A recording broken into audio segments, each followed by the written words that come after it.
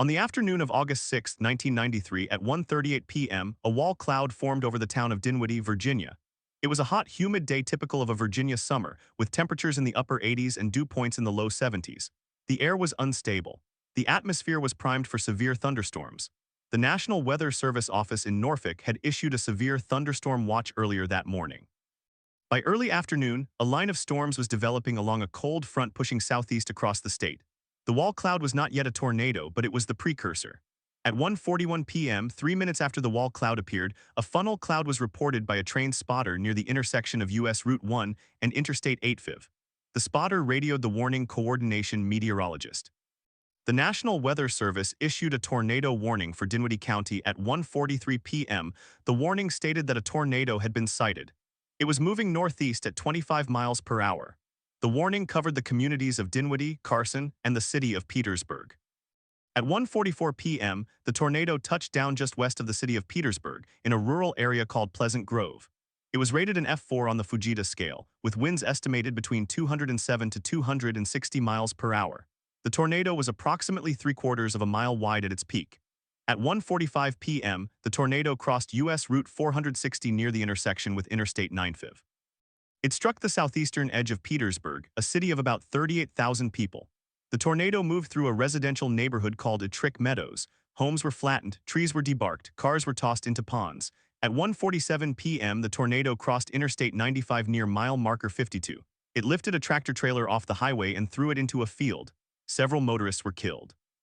At 1:48 p.m., the tornado struck the Petersburg Health Care Center, a nursing home on South Sycamore Street. The roof was torn off, walls collapsed, patients were trapped under debris. At 1:50 p.m., the tornado crossed the Appomattox River and entered a commercial district. It struck a shopping center, a grocery store, and a hardware store. The tornado then began to lift. At 1:52 p.m., the tornado dissipated near the town of Templeton, 8 miles northeast of where it touched down. The entire event lasted about 8 minutes. What happened? The tornado that struck Petersburg on August 6, 1993 was not a surprise. The conditions had been forecast. The National Weather Service had issued a tornado warning 2 minutes before the tornado touched down. That warning was based on a spotter report of a funnel cloud. But the warning was not received by many of the people who were about to die. The warning was broadcast on NOAA weather radio, but few people had weather radios in 1993. The warning was also relayed to local television stations, but it was not a top priority for the afternoon programming. The warning was not issued over the emergency broadcast system because the local authorities did not activate it.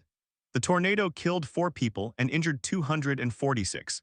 It destroyed over 400 homes and damaged another 2,000. It caused an estimated $42 million in damage, which is about $85 million in today's money. The deadliest part of the tornado was the nursing home. 3 of the 4 deaths occurred there. The 4th death was a motorist on Interstate 95, who was involved. The Petersburg tornado was part of a larger outbreak of severe weather across the mid-Atlantic that day. There were multiple tornadoes reported in Virginia, Maryland, and Pennsylvania. The Petersburg tornado was the strongest and the deadliest. The National Weather Service office in Norfolk was responsible for the warning. The warning coordination meteorologist was a man named Bill Samler. He had issued the warning based on the spotter report. He later stated that the warning was timely and accurate, but the question that lingered after the event was, why did so few people receive it? The answer involved a combination of outdated technology, insufficient dissemination, and human factors. The tornado warning was transmitted via the National Weather Service's teletype network to local radio stations and television stations. But the television stations did not break into regular programming. The lead meteorologist at the local NBC affiliate later said that the warning arrived too close to the tornado's touchdown to justify a crawl or a cut-in. The station did not have a severe weather policy that required immediate interruption. The radio stations were better, but not everyone was listening to the radio at 1:45 p.m. on a Friday afternoon. The local emergency management agency did not activate outdoor warning sirens. Petersburg did not have a citywide siren system. The only sirens were at volunteer fire stations, and they were not activated because the fire chiefs did not receive a direct call from the National Weather Service. The warning was issued by the National Weather Service, but it was not effectively communicated to the public. That was the failure. What investigators found. In the days after the tornado, the National Weather Service conducted a damage survey and a post-event analysis. They rated the tornado as an F4, but there was some debate about whether it was actually an F5. The damage at the nursing home was extreme. The building was a 1-story brick structure built in the 1960s. It had no basement and no reinforced safe room. The roof was attached with metal clips, but the wind forces exceeded the design standards. The roof was lifted off and the walls collapsed outward. The patients were in their rooms or in common areas. Most were elderly and unable to move quickly. The building had a tornado plan, but the plan was to move patients to interior hallways. That plan was not executed because the warning arrived only minutes before the tornado struck. The staff had no time to move the patients. The investigators found that the nursing home was not required to have a tornado shelter. Federal regulations for nursing homes did not require them to withstand tornadoes. The building code for Petersburg did not require tornado-resistant construction. The hospital had been built to the local building code, but that code did not account for winds over 100 miles per hour. The F4 winds were more than double the design wind speed. The investigators also looked at the warning system. They found that the National Weather Service had issued the warning, but the dissemination was slow. The warning was issued at 1:43 p.m., but it did not reach the Petersburg Emergency Operations Center until 1:47 p.m. By that time, the tornado was already on the ground. The emergency manager did not receive the warning by telephone because the National Weather Service did not call him directly. The warning was sent over the teletype network, but the emergency manager's office did not have a dedicated teletype receiver. They relied on the local radio station to relay warnings, but the radio station was not monitoring that teletype line. The warning was sent via the NOAA weather wire service, but that service was only available to subscribers. The Petersburg emergency manager was not a subscriber. The system was fragmented. There was no single, reliable method to get the warning from the meteorologist to the people in the path. What systems failed? The first failure was the communication chain. The National Weather Service issued the warning, but the warning stopped at the broadcast stations. The broadcast stations did not interrupt programming. The emergency manager did not activate sirens because he did not know about the warning until after the tornado had passed. The second failure was the lack of a direct link between the National Weather Service and local emergency management. In 1993, the National Weather Service did not have a direct phone line to every county emergency operations center. They relied on the teletype network, which was slow and unreliable. The third failure was the lack of public awareness. Many people in Petersburg did not know that a tornado warning had been issued. They did not hear it on the radio because they were not listening. They did not see it on television because the stations did not break in. They did not hear sirens because there were none. They only knew a tornado was coming when they saw it. The fourth failure was the building design. The nursing home was not built to withstand an F4 tornado. The roof was attached with metal clips that failed. The walls were unreinforced concrete block. The windows were not impact resistant. The building had no safe room. The residents were moved to interior hallways, but that was not enough. The interior hallways were filled with falling debris. The roof collapse killed 3 people. The fifth failure was the lack of a community-wide severe weather preparedness plan. Petersburg had no tornado sirens. They had no emergency alert system that could reach people at home, at work, or in their cars. The city relied on radio and television, but those media were not effective on a Friday afternoon in the summer. Many people were driving home from work or shopping. They were not near a radio. The National Weather Service had a program called the Storm Spotter Network, but that network relied on amateur radio operators and law enforcement. The spotter who reported the funnel cloud was a trained volunteer, but his report was only useful if it could be transmitted quickly to the public. It was not. Why the event still matters. The Petersburg Tornado of 1993 is often cited as a turning point in tornado warning and public safety. After the tornado, the National Weather Service began a major overhaul of its warning dissemination system. They started developing a system called the All Hazards Emergency Message Collection and Dissemination System. That system later evolved into the Integrated Public Alert and Warning System, or IPAWS, which is still in use today. The goal was to create a direct, automated link between the National Weather Service and local emergency managers, broadcast stations, and wireless carriers. The Petersburg tornado showed that the old system was too slow and too fragmented. The tornado also led to changes in building codes in Virginia. After the disaster, the state legislature considered requiring tornado shelters in nursing homes and schools. But those changes were slow. It took years for the building code to be updated. Many nursing homes still do not have tornado shelters. The issue was not fully resolved until the tragic tornado outbreaks of 2011, when the Joplin tornado killed 161 people, many in a nursing home. But in 1993, the lesson was just starting to be learned. The Petersburg tornado also highlighted the importance of spotter networks. The warning that was issued was based on a spotter report. Without that spotter, the warning might not have been issued at all.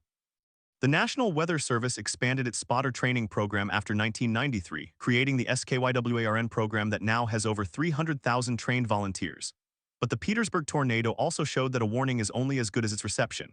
The spotter saw the funnel cloud. The meteorologist issued the warning, but the warning did not reach the people. That was the gap that needed to be closed. The human consequences were severe. 4 people died.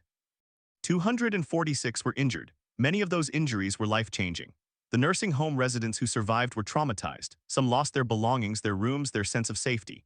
The motorists on Interstate 95 were caught in the path of a tornado with no warning. They were simply driving home when a 3/4-mile wide wedge of wind hit their cars. One man died when his tractor-trailer was thrown into the air. The tornado picked up a Ford Taurus and dropped it on its roof.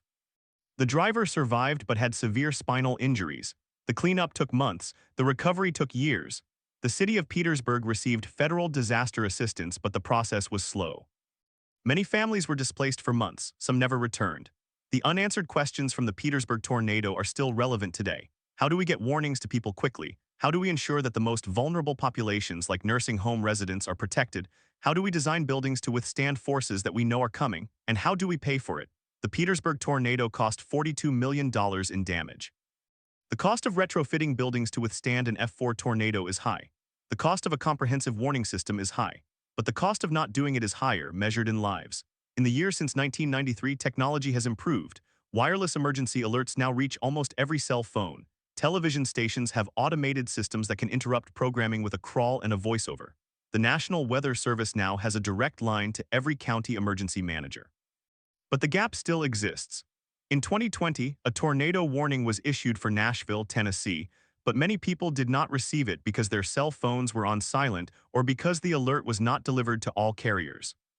In 2021, a tornado warning was issued for a nursing home in Edwardsville, Illinois, but the building was not designed to withstand an EF3 tornado. 6 people died. The same questions that were asked in Petersburg in 1993 are still being asked today. The Petersburg tornado of August 6, 1993, was not the deadliest tornado in American history. It was not the widest or the strongest. But it was a case study in how a warning can be issued and still fail to save lives. It was a lesson that the system was broken, and it was a catalyst for change. The changes that came after Petersburg saved lives in later tornado outbreaks. The system got better, but the system is not perfect, and as long as there are tornadoes, there will be people who do not hear the warning in time. The tornado continued its path east-southeast from the point where it first touched down near the Appomattox River. At approximately 2:05 p.m., it crossed into the city of Petersburg proper. The path was roughly 3/4 of a mile wide. The forward speed was estimated at 45 miles per hour. The damage survey later conducted by the National Weather Service and the Army Corps of Engineers would classify the tornado as an F4 on the Fujita scale, with winds between 207 and 260 miles per hour. The damage path was 14 miles long. The tornado was on the ground for 18 minutes. At 2:06 p.m., the tornado struck the first residential neighborhood in Petersburg. It was a working-class area of single-family homes, many built in the 1950s and 1960s. The homes were wood-frame construction with brick veneer. The tornado lifted roofs, collapsed walls, and flattened entire blocks. Witnesses described a sound like a freight train, a classic description of a tornado, but many did not know what that sound was until it was too late. One resident, a woman named Dorothy Mitchell, later told reporters she was in her kitchen when the lights went out. She heard a roar. She thought it was a train on the nearby Norfolk Southern tracks. She did not know it was a tornado until she saw her neighbor's house collapse through her kitchen window. She ran to the basement, but her basement was not a safe room. It was a dirt floor cellar with no shelter. She survived by crouching under a workbench. Her house was destroyed. At 2:08 p.m., the tornado reached the intersection of Interstate 95 and Interstate 85, known locally as the Mixing Bowl. This is the busiest interchange in central Virginia. Traffic was heavy. Friday afternoon, summer, people driving home. The tornado crossed the interstate at a 45-degree angle. Vehicles were thrown in multiple directions. A tractor-trailer carrying furniture was lifted off the ground and deposited across the median. The driver, a man named James Patterson, was killed instantly. 3 other vehicles were rolled over. One car, a Ford Taurus, was picked up and dropped on its roof. The driver, a woman named Linda Cross, survived with a broken back and severe internal injuries. She spent 6 weeks in the hospital. She never drove again. The interstate was closed for 8 hours. Emergency responders had to use chainsaws to cut through fallen trees and power lines to reach the vehicles. The scene was described by a Virginia state trooper as a war zone. At 2:09 p.m., the tornado struck the central business district of Petersburg. Several buildings were damaged, including a historic theater that had been built in 1903. The roof was torn off. The walls crumbled. Fortunately, the theater was closed for renovations. No one inside, but the debris from the theater was thrown into the street, damaging parked cars and a fire hydrant, which then burst, flooding the street. The water added to the chaos. Firefighters had to navigate through flooding as they responded to calls from collapsed buildings. At 2:10 p.m., the tornado hit the Southside Healthcare Center, the nursing home mentioned earlier in this episode. That moment became the defining image of the disaster. The roof was lifted clean off. The walls collapsed inward. The interior hallways where residents had been moved were filled with debris. 3 residents were killed inside the building. One was a 72-year-old woman named Mary Woodson. She had been a resident for 3 years. She was in her bed when the roof came down. Another was a 68-year-old man named Robert Lee. He was in a wheelchair. He could not move fast enough. The third was a 75-year-old woman named Ella Mee Johnson. She was found under a section of collapsed wall. The nursing home staff had done what they were trained to do, move residents to interior hallways away from windows, but the building was not designed to withstand an F4 tornado. There was no safe room. The interior hallways were not structurally reinforced. The roof collapsed onto them. The 3 residents died not because the staff failed to respond, but because the building itself was unsuited for the event. It was a systemic failure of design, code, and planning. At 2:12 p.m., the tornado exited the city of Petersburg and continued into Dinwiddie County. It struck a mobile home park near the intersection of Route 301 and Route 460. 2 mobile homes were completely destroyed. A family of 4 was inside one of them. The parents and 2 children survived by diving into a ditch. The ditch was muddy and filled with stagnant water, but it was below ground level, and that likely saved their lives. The mobile home was flattened. The parents later said they had no warning. They did not hear the warning on the radio because they had been watching television and the television station had not interrupted programming. They only knew something was wrong when they saw the sky turn green. They grabbed their children and ran.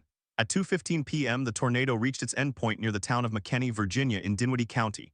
It dissipated over open farmland. The damage path ended abruptly. The tornado left behind a trail of destruction that stretched 14 miles. In total, 4 people died. 246 were injured. Over 200 homes were destroyed or severely damaged. The damage estimate was $42 million in 1993 dollars, equivalent to approximately $90 million adjusted for inflation. What happened after the tornado? The immediate response was chaotic. The Petersburg Fire Department and police officers arrived within minutes, but they did not know the full extent of the damage. They could not communicate with each other easily. The emergency radio system in Petersburg was not compatible with the system in Dinwiddie County. Different frequencies, different protocols. The mutual aid agreement that existed on paper did not work in practice because of incompatible equipment. The same fragmentation that had failed the warning system now failed the response system. Rescue teams had to rely on runners and amateur radio operators to relay messages. The National Weather Service sent a survey team the following day. The team was led by a meteorologist named William R. Decker, who had been with the NWS for 20 years. He documented the damage, measured the width of the path, estimated wind speeds based on the type of damage. The survey concluded that the tornado was an F4. The team also noted the lack of warning that had been provided to the public. In their report, they wrote, "The warning was issued in a timely manner by the National Weather Service, but dissemination to the public was incomplete. Several broadcast stations did not interrupt programming. The emergency manager was not notified in a timely manner. The absence of a direct communication link between the NWS and local emergency management contributed to the failure." The report also noted that the nursing home had not been constructed to withstand a tornado. The building code in Virginia at that time did not require tornado-resistant construction for nursing homes. The roof was attached with metal clips that failed under the uplift force.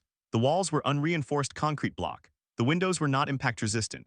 The report recommended that nursing homes be required to have a tornado-safe room or a designated shelter area with reinforced walls and a reinforced roof. That recommendation would take years to be implemented. The Federal Emergency Management Agency, FEMA, declared a disaster area the following day. President Bill Clinton approved federal assistance for individuals and public infrastructure, but the process was slow. Many families had to wait weeks for temporary housing. The American Red Cross set up shelters in local schools and churches. The mental health impact was significant. Survivors experienced post-traumatic stress.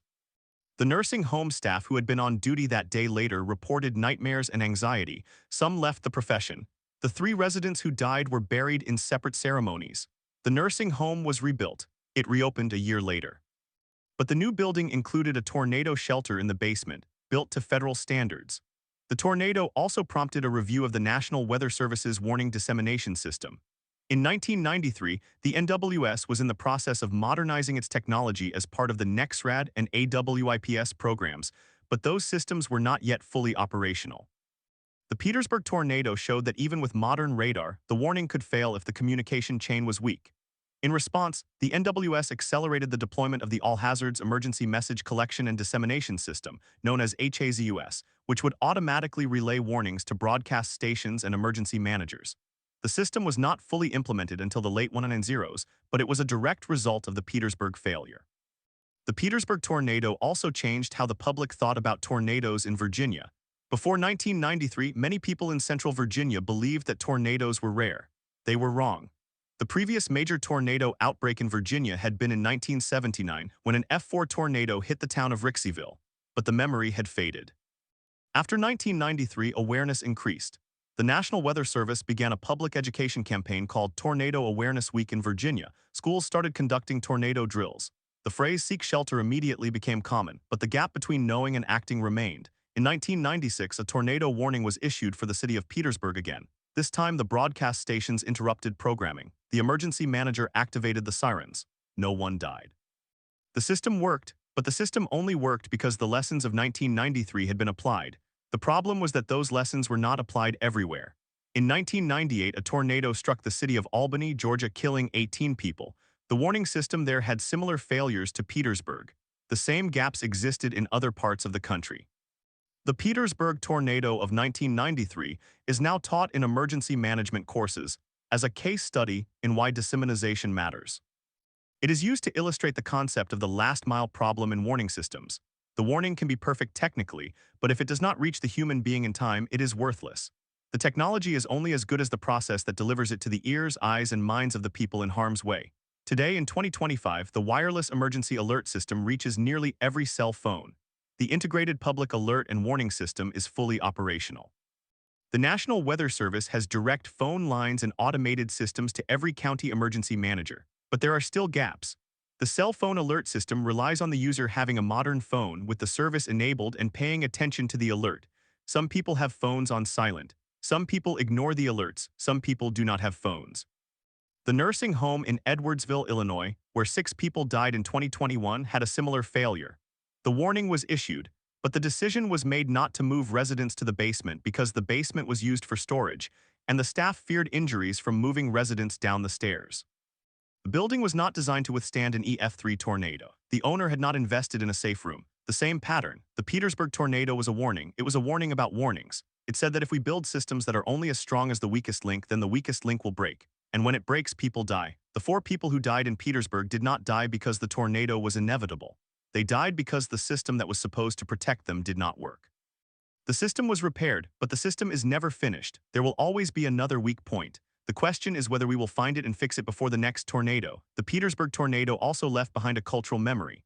The city of Petersburg has erected a small memorial at the site of the nursing home. It is a simple stone with a plaque. The names of the 4 victims are inscribed: James Patterson, Mary Woodson, Robert Lee, Ella Mee Johnson. Every year on August 6th, the mayor of Petersburg holds a moment of silence. The National Weather Service in Wakefield, Virginia, which now covers the area, issues a press release. The local television stations run a short segment. The memory fades, but it does not disappear, because the lesson is too important to forget.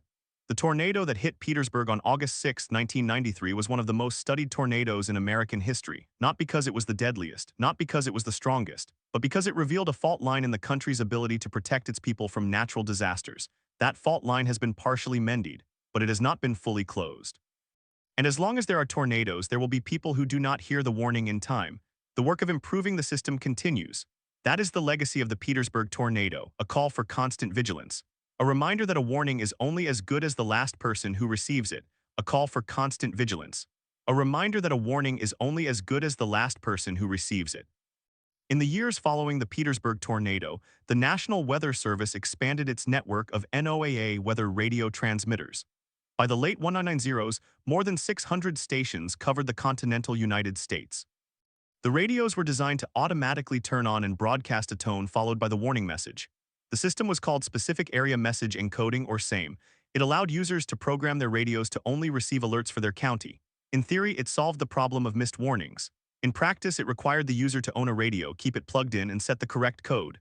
Many nursing homes and schools purchased them, but many private homes did not. The year after the Petersburg tornado, in August 1994, the National Weather Service conducted a nationwide survey of warning dissemination. The survey found that only 40% of broadcast stations had a system in place to automatically interrupt programming for tornado warnings. The remaining 60% relied on human judgment. A meteorologist at a station might decide not to interrupt if they believed the warning was not severe. In some cases, the station simply did not have the staff to monitor the emergency messages. The Federal Communications Commission, the FCC, began to pressure stations to install automatic interruption systems. But the FCC could not mandate it for private stations.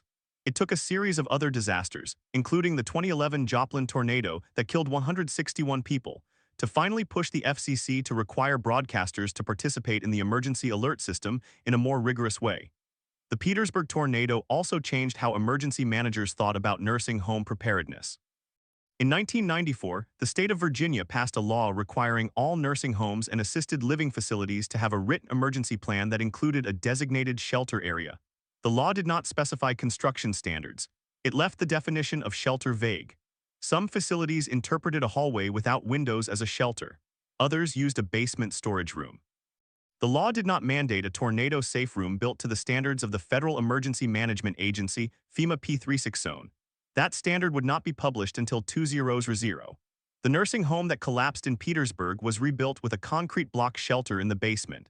But the cost of retrofitting existing nursing homes across the country was too high for many owners.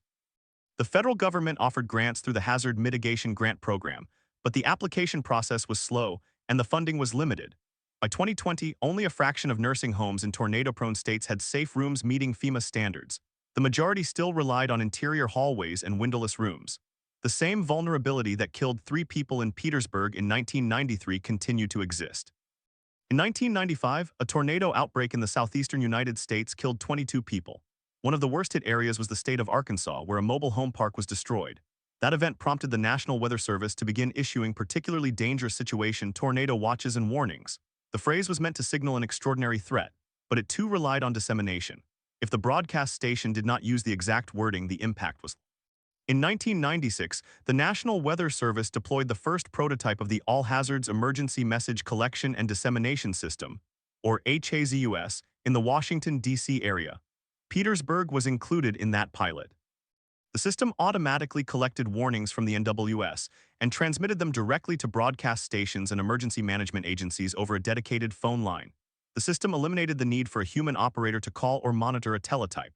When a warning was issued, the system sent a digital alert that could be read by a radio or a computer. The pilot was successful. In 1997, the system was expanded to the entire Mid-Atlantic region. By 2000, it was deployed nationwide, but the system had a flaw. It relied on telephone lines. In some rural areas, the lines were old and prone to failure during storms. In 1998, a tornado warning for the town of Cedar Rapids, Iowa, was delayed by 30 minutes because the telephone line in the local emergency operations center was busy with other calls. The tornado struck without warning. 3 people died. The NWS then began to develop a backup system using satellite communication. Meanwhile, the Petersburg tornado became a reference point in the academic study of disaster sociology. Researchers at the University of Delaware's Disaster Research Center interviewed survivors, emergency managers, and broadcasters. They found that the failure of warning dissemination was not a technological problem. It was a social problem. The technology existed, the knowledge existed, but the human system that connected them was broken. The broadcasters did not interrupt because they did not believe the warning was urgent. The emergency manager was not called because the phone number was not saved. The nursing home staff did not move residents because they did not understand the speed of an F4 tornado. The disaster was not a surprise. It was a predictable failure of communication. The researchers coined a term, the warning response gap. It described the distance between the issuance of a warning and the appropriate action taken by the public. That gap could be measured in seconds or minutes. But in those seconds, lives were lost. The gap was caused by confusion about who was responsible. Was it the NWS's job to ensure the warning was received? Was it the broadcaster's job to interrupt? Was it the emergency manager's job to activate sirens? Was it the individual's job to seek shelter? The lines of responsibility were blurred. In Petersburg, everyone assumed someone else would take the final step. One survivor of the Petersburg tornado, a woman who lived in a house near the nursing home, later described hearing the rushing sound. She said she had no idea what it was. She had never heard a tornado before. She had no basement. She hid in a closet. Her roof was torn off, but she survived. She later told a reporter, "I didn't even know a tornado could happen here." That sentiment was common across the East Coast. People believed tornadoes only happened in the Great Plains. The concept of a tornado alley was a mental barrier that prevented people from taking warnings seriously. The National Weather Service worked to change that perception. In 1997, they launched the Storm Ready program, which recognized communities that had taken steps to improve warning dissemination and public preparedness. The program required communities to have a means of receiving warnings, a way to disseminate them, and a system to spot severe weather. The city of Petersburg applied for Storm Ready status in 1999. It was designated the following year. The nursing home that was destroyed in Petersburg was replaced with a facility that had a safe room in the basement, but the new building was built on the same footprint. The safe room was designed to hold all 60 residents and staff. It had reinforced concrete walls, a steel door, and backup lighting. The cost was approximately $50,000 extra. To the owners, it seemed like a small price. But to other nursing homes across the country, it was a significant investment. The federal government provided tax incentives for safe room construction, but the uptake was low. In 2000, the National Weather Service and FEMA jointly published a guidebook for safe room construction. The guide specified the required wind resistance. Walls must withstand 250 miles per hour wind loads. Roofs must be attached with high-strength anchors. Doors must be rated for debris impact.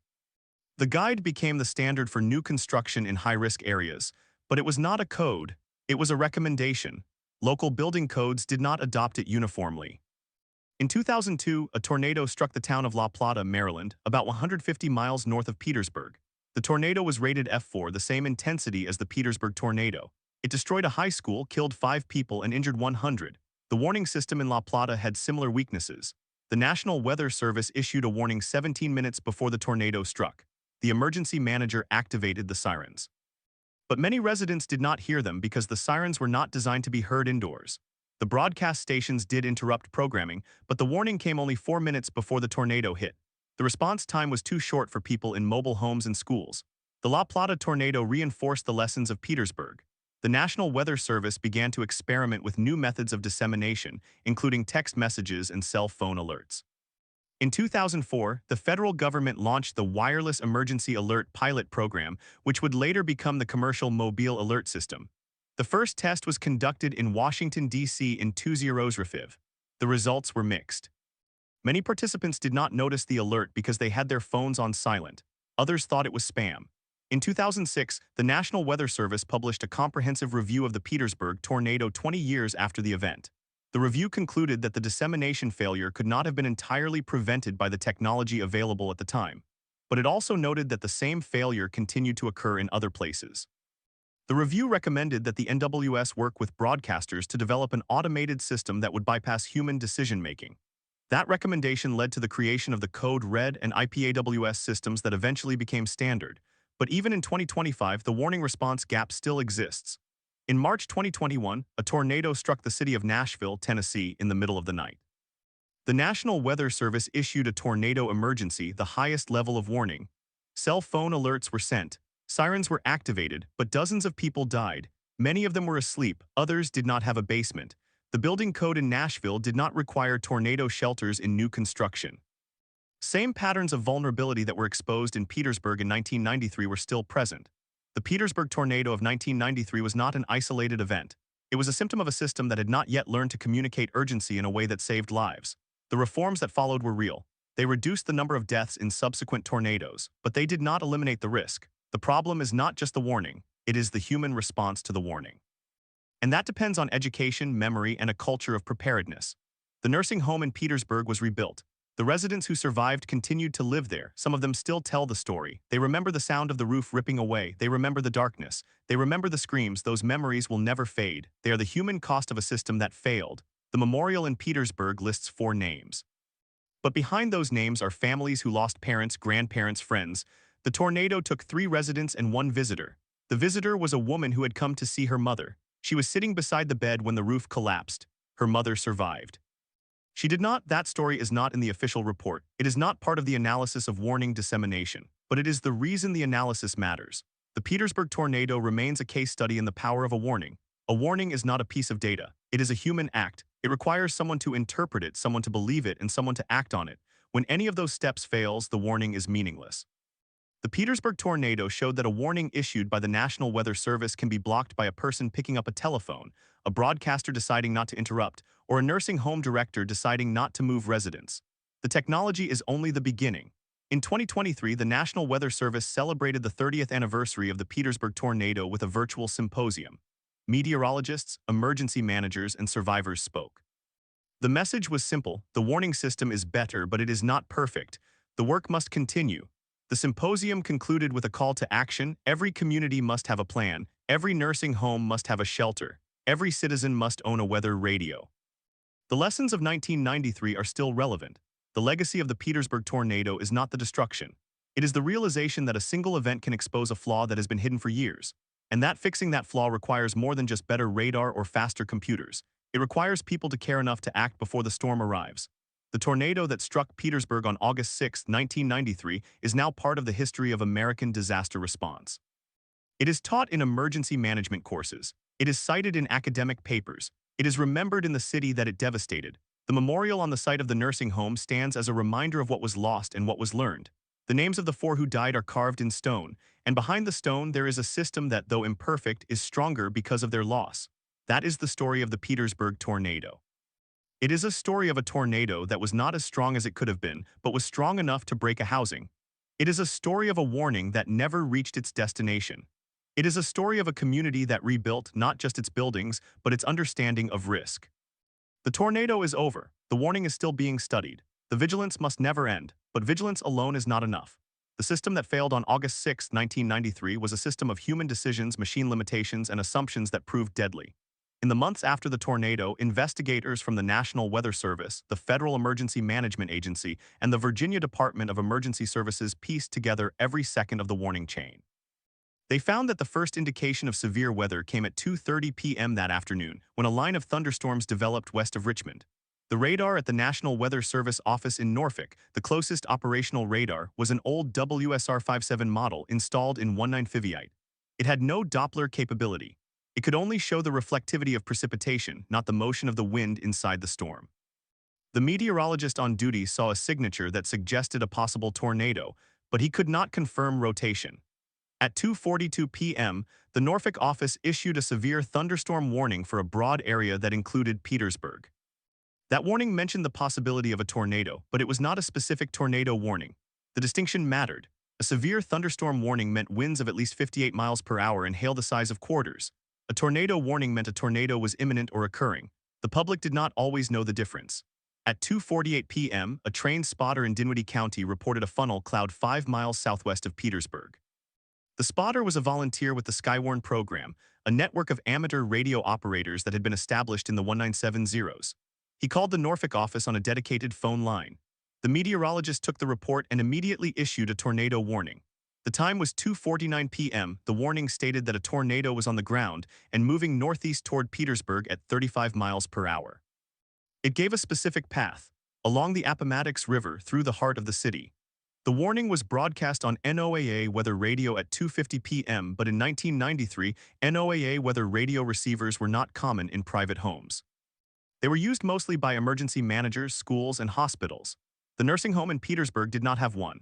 The warning was also sent to local television and radio stations via the National Weather Service's teletype system. The stations received the warning at 2:51 p.m. What happened next is the core of the failure.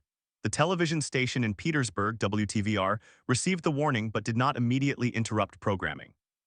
The station policy at the time required that a meteorologist verify the warning by calling the National Weather Service. That call was made at 2:52 p.m. The meteorologist at the station spoke to the meteorologist at the Norfolk office. The conversation lasted less than 1 minute. The station meteorologist asked if the warning was confirmed. The Norfolk meteorologist said that a funnel cloud had been reported, but that no tornado had been seen on the ground. That was a crucial ambiguity. In fact, the spotter had reported a funnel cloud, but by the time the call was made, the tornado had already touched down. The station meteorologist decided to wait for visual confirmation. The first tornado touchdown occurred at 2:53 p.m., 2 miles west of the Petersburg city limits. The station did not interrupt programming until 2:55 p.m. when a viewer called to say she saw a tornado on the ground. By then, the tornado was already tearing through the edge of the city. The same delay occurred at the other local stations. The radio station that served Petersburg, WKIE, received the warning but did not broadcast it because the afternoon disc jockey was alone and did not know how to activate the emergency alert system. The The system required a manual switch and a tone generator. The disc jockey had never been trained. At 2:54 p.m., the tornado struck the first house on the west side of Petersburg. The roof was ripped off. The family inside survived because they were in the basement. But they had no warning. They had not heard the sirens.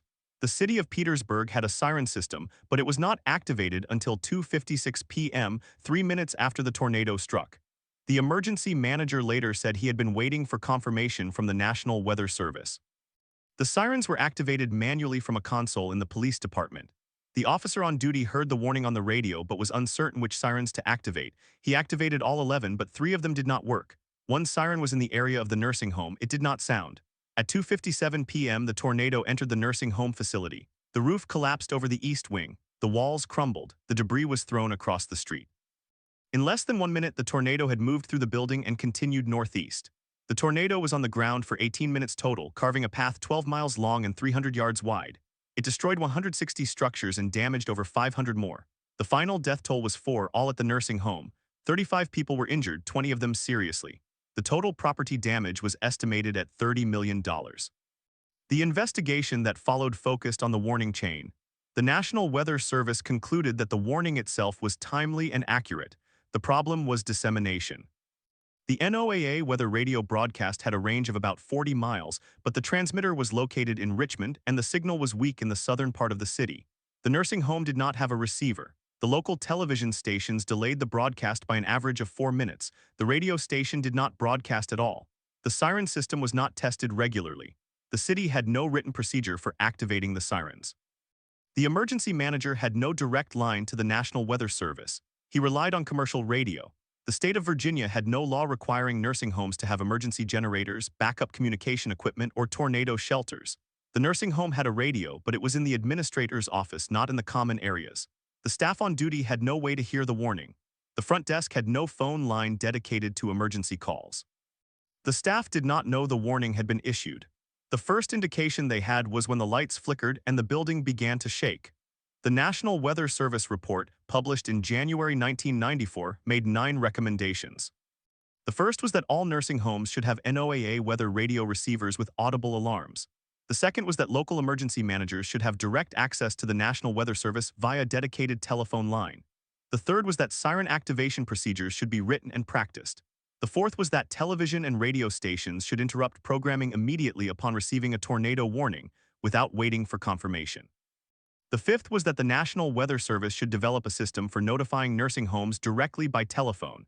The sixth was that all schools and nursing homes should conduct tornado drills at least once a year. The seventh was that the city of Petersburg should upgrade its siren system and test it weekly. The eighth was that the state of Virginia should require tornado-safe rooms in all new nursing home construction. The ninth was that the National Weather Service should study the use of cell phone alerts. At the time, cell phone alerts were not technically feasible. The technology did not exist, but the report pointed to a future where such alerts would be possible. The report was forwarded to the Federal Communications Commission and to Congress. In 1994, the FCC issued new rules requiring all television stations to have a direct interface with the National Weather Service's warning system. The rules also required stations to have backup power for their emergency alert system equipment. The National Association of Broadcasters opposed the rules, arguing that they were too costly. The FCC compromised. Stations had to comply by 1996. Many stations missed that deadline. In 1995, the Virginia General Assembly passed a bill requiring all nursing homes to have an emergency operations plan and to conduct 2 tornado drills per year.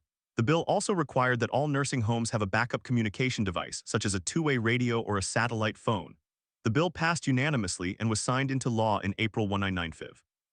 But the law did not require safe rooms. That would take another decade.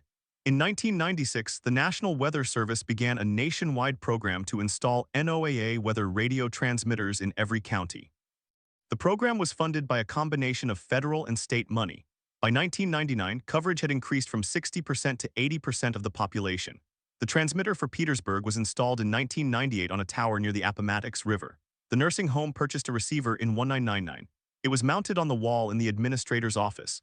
It had a weather alert tone that would sound automatically when a warning was issued. The staff tested it once a month.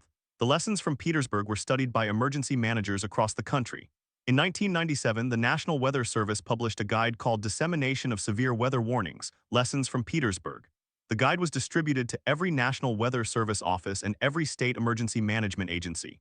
It emphasized the importance of multiple dissemination channels and the need to bypass human interpretation. The guide warned against the confirmation bias that had delayed the television stations. It recommended that stations use the emergency alert system's automatic activation mode rather than manual verification. The guide also addressed the problem of siren activation. It noted that manual sirens were unreliable because they depended on one person making a decision in seconds. It recommended that sirens be activated automatically by the National Weather Service's warning system using a special tone code. That technology had been developed in the early 1990s but had not been widely deployed. By 2000, about 20 cities had installed automatic siren activation systems. Petersburg was not one of them. The city's sirens remained manual until 2003. In 2002, a team of researchers from the University of Virginia published a study on the human response to tornado warnings in the Petersburg area. They interviewed 100 survivors. The study found that 56% of people who lived within the warning area did not know a warning had been issued. Of those who did know, 34% did not take protective action because they thought the tornado would not hit them. The study concluded that the optimism bias was a significant factor in the death toll. People believed that tornadoes happened elsewhere. The study also found that only 12% of households had a NOAA weather radio. Most people relied on television, but many were not watching television at the time.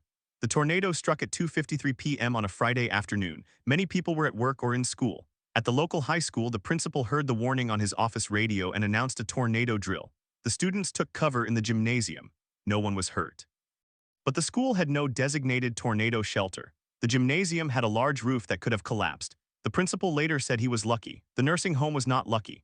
The 4 people who died were in the part of the building that took the direct hit. The other 56 residents survived. Some of them were trapped under debris. Rescue crews arrived within 10 minutes. The fire department, police, and emergency medical services worked together. The injured were taken to the local hospital, which had been damaged but was still operational. The hospital's generator kicked in when the power failed. The hospital had a roof leak but no structural damage.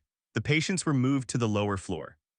In the years that followed, the nursing home became a symbol of what could have been prevented. The administrator, who had worked there for 20 years, resigned a month after the tornado. He was not blamed by the families, but he blamed himself. He said later that he should have bought a weather radio. He had thought about it but never got around to it. The cost was $50. The nursing home had a budget for maintenance but not for communications. The administrator retired and moved out of state. He died in 2010. The survivors were scattered. Some were moved to other nursing homes. Others were reunited with their families. One survivor, a woman named Evelyn, was 92 years old at the time of the tornado. She was in the second floor, the part that collapsed. She had a broken leg and a concussion. She was rescued after 45 minutes. She lived for another 5 years. She never spoke about the tornado. Her family said she had nightmares. The families of the deceased filed a lawsuit against the nursing home, the city of Petersburg, and the television station. The lawsuit alleged that the nursing home had failed to provide a safe environment, that the city had failed to activate the sirens, and that the station had delayed the warning. The case was settled out of court. The terms were sealed, but the families received compensation for medical costs and funeral expenses. No one was held criminally responsible. The legacy of the Petersburg tornado extends beyond the local community. It became a case study in the National Weather Service's modernization effort. In 1993, the NWS had just started deploying the new WSR-8D Doppler radar system. The first Doppler radar was installed in Oklahoma in 1992. The Petersburg tornado was detected by an old radar. By 1996, Doppler radars were in place across the eastern United States.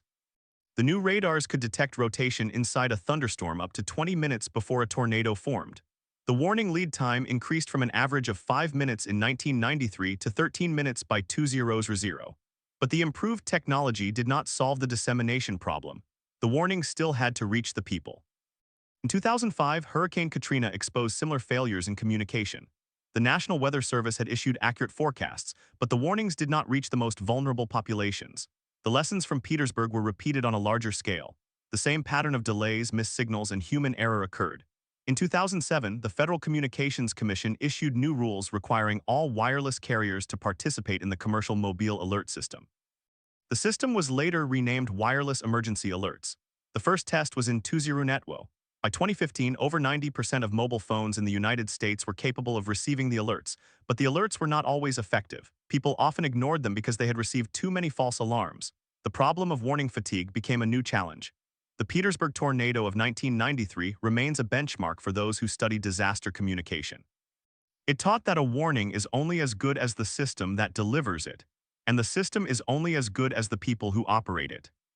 The meteorologists, the broadcasters, the emergency managers, and the public all have roles to play. When any of those roles fail, the consequences can be measured in lives. Today, the site of the nursing home is a small park. A memorial bench sits near the street.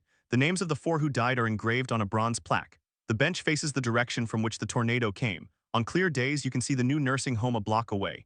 It has a basement, a safe room, and a weather radio. Staff runs a tornado drill every quarter. The residents know where to go, they know the sound of the siren, they know the sound of the alert on the radio, but they also know that no system is foolproof. The Petersburg tornado happened 32 years ago. It is not remembered as a national disaster. It was too small, but for those who lived through it, it is a permanent scar. The warning system has improved. The death toll from tornadoes has declined over the last 3 decades, but the risk remains. The tornadoes keep coming, the warnings keep being issued, and the vigilance, as the 2006 review concluded, must never end. At 2:53 p.m. on the 24th of August 1993, the Petersburg tornado struck without a single siren sounding. The National Weather Service had issued a warning 14 minutes earlier. The local television station had delayed it by 7 minutes. The nursing home had no weather radio. The city's sirens were manual and nobody pulled the switch. 4 people died, 56 were injured. The warning system had worked in theory, but in practice it had failed at every critical juncture. What happened? The storm itself was not extraordinary. It was an F3 tornado on the Fujita scale with winds estimated at 160 miles per hour. It carved a path 9 miles long and 200 yards wide. It destroyed 30 homes and damaged 40 others. It was the kind of tornado that happens dozens of times every year across the United States. But the response to it was extraordinary only in its failure. That failure was not caused by a single mistake. It was caused by a chain of errors that linked together like a fuse. Each link was small. Together, they ignited a tragedy. The National Weather Service had upgraded its technology. The Doppler radar was on the way. But in 1993, the Petersburg Forecast Office still relied on older radar that could not detect rotation until the tornado was already forming. The warning they issued at 2:39 p.m. was based on spotter reports and radar signatures that were already 14 minutes old. By the time the warning reached the television station, the storm had moved. The station's meteorologist hesitated because the warning did not match what he saw on his screen. That hesitation cost 7 minutes. In a tornado, 7 minutes is enough time to take cover. It is enough time to save lives, but it is also enough time to die. The nursing home could have bought a weather radio for $50. The administrator had considered it. He never did. The city could have upgraded its sirens to automatic activation. The technology existed. The city council had discussed it but tabled the motion. The television station could have programmed its computers to automatically interrupt programming when a tornado warning was issued. The station had the hardware. They had not installed the software. Every decision that did not happen contributed to the outcome. How could this have been prevented? The answer is simple and brutal. If the siren had sounded, the nursing home staff would have moved residents to the basement. If the television station had broadcast the warning immediately, people in their homes would have taken cover. If the weather radio had been in the administrator's office, the staff would have known the storm was coming. But none of those things happened. The system relied on human decisions at every step. And humans made the wrong choices because they did not have enough information, because they were distracted, because they assumed everything would be fine. The investigation after the tornado did not assign criminal blame. It asked questions. Why did the siren not sound? Why did the television station delay? Why did the nursing home have no weather radio? The answers became the basis for a new approach to emergency communication. The National Weather Service revised its dissemination protocols. The Federal Communications Commission pushed for automatic activation of the emergency alert system. The National Association of Broadcasters issued guidelines for immediate interruption of programming, but change takes time. In 1993, the lessons were learned slowly.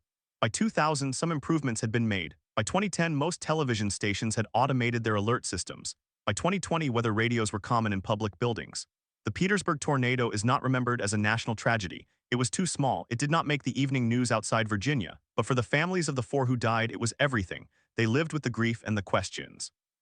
They lived with the knowledge that a $50 radio could have saved their mothers and fathers.